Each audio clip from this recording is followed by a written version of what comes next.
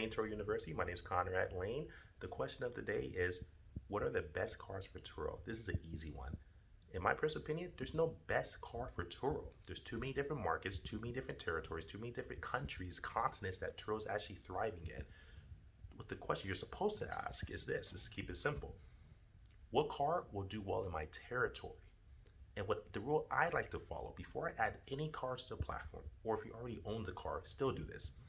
You go on Turo, reverse engineer, you look at the similar car, could be a different color, it doesn't matter, just pick a similar car in your territory and find out how much that car is renting for daily and check the reviews. Make sure the car has been rented for 1 to 2 years.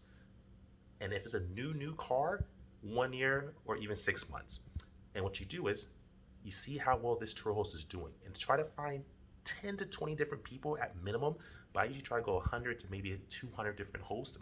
And that might take a lot of time, but it's worth it. You start getting strong conviction and you figure out how much they're charging, follow them for like about maybe 1 month, same Turo host, go and see if they change, keep looking at their reviews and see if they're consistent. And then if they're consistent, you see they're making money because you see that they're getting good reviews, it's consistent, and it's like within a week or two, it's constantly fresh. That means their car's constantly getting booked. That means they're getting good reviews, people love and are raving about the car. Then pull the trigger and buy the car.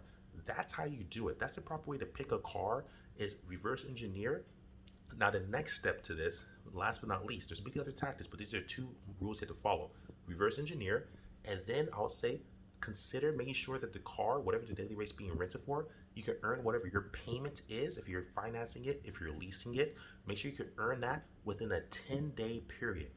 I'm pretty conservative. What that means is this: if I have a car payment for $400, that means I must make and put my car at minimum $40 per day. And if I make $40 per day, that's $400 for my payment. My payment's paid off, and now I have 20 days more to make more compounding wealth and profit on top of what I already earned, and that's perfect. That's the problem that most Turo hosts make, is they have to use their car, they have to rent a car out too many days to just make a profit. You should be able to make that within 10 days, I'll say. I'll be easy on you and maybe say 15 days. But if you can't make that within 10 to 15 days, you're over leveraged and you're not doing a good job of actually earning a profit and building your wealth. You're actually shooting yourself in the foot, in my opinion. So make sure the car not only looks good and has good reviews, make sure you can earn whatever the payment is within 10 to 15 days. You do that, now you just insulate yourself from risk. So if your car gets destroyed, if it's stolen, if it's being cleaned, if it's at maintenance, if a tire blew out, if it's not being rented, if it's a slow month, you're protected because you already earned your keep within 10 to 15 days. That's how you do it. And now you can build profit on top of that and you have peace of mind.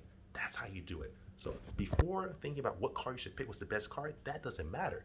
What matters is the 2 rules I just gave you. Reverse engineer, do research on the car you want to do, and make sure that it's consistent within 1 to 2 years. If it's a newer car, fine, 6 months to 1 year. And then next step, make sure you can earn whatever the rate is for the daily rate within 10 days to pay off your lease or your car loan. Very important. That's how you pick a car. Carly out.